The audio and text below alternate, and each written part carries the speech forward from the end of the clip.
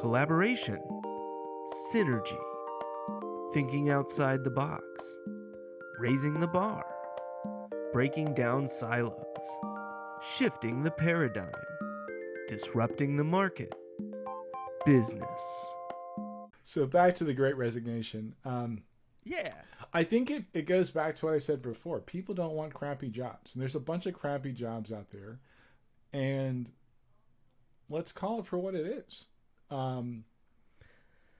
It's... I mean, obviously, it's a culmination of a bunch of different things kind of at once here, right? That I think is leading to this. You're absolutely right that the crappy jobs are a big part of it. And then I think the increased, from what I've read, I shouldn't say I think, but it makes sense to me that the increased unemployment benefits and stuff like that that people had been enjoying for a while may have tempted them or made it easier for them to feel like I have time to transition to something else.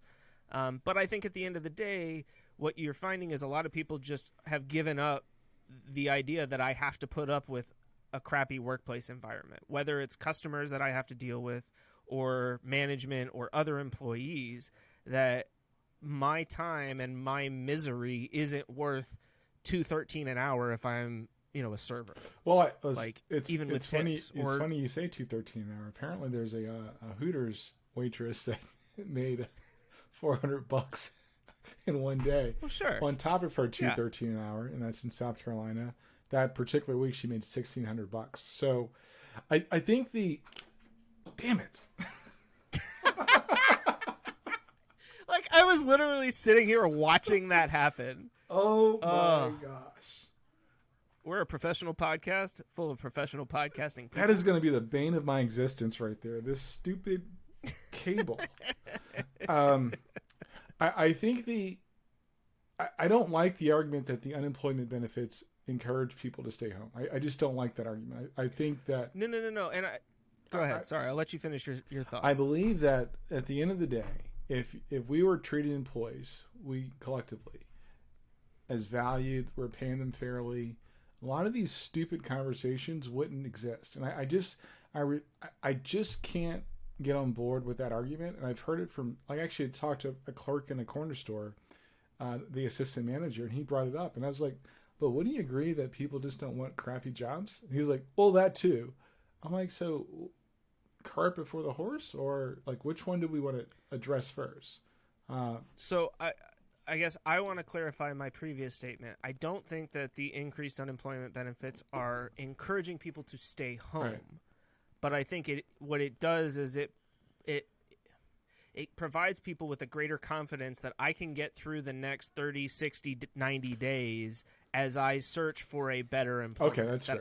I'm not required to stay in my crappy job where maybe I feel like I'm being mistreated or undervalued or underpaid or whatever it is, in order to wait until I have something better. Right. That I have an opportunity right now to shed that job and to not have it. I mean, really, like, so I think you and I had talked personally. I don't think I shared this on the last podcast, but I've been getting into Reddit more lately, which is something that we have talked about on the podcast before. And one of the really popular Reddit subreddits right now is Antiwork, right? And it's primarily people posting messages from their bosses telling them, like, so-and-so called out tomorrow, I need you to be there, and I've worked the last 8 days, and this is my only day off, and yada, yada, yada. Now, I am pretty sure that about 50 to 60% of these posts are all fabricated, because people want attention. But I know that there is, that's a legit thing. Like, I dealt with that in previous jobs, especially the service industry, where there's this belief that simply because I have availability, that means I'm available to come in whenever you want me to, right?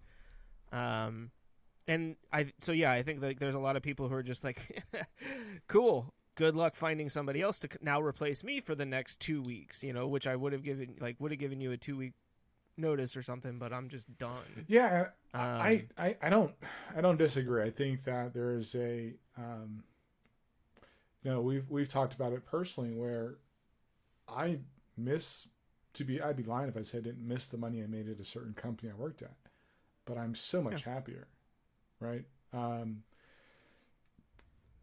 I can afford my lifestyle. We keep the lights on, and we're able to save pennies. But it's like, do I need the extra money to at what cost?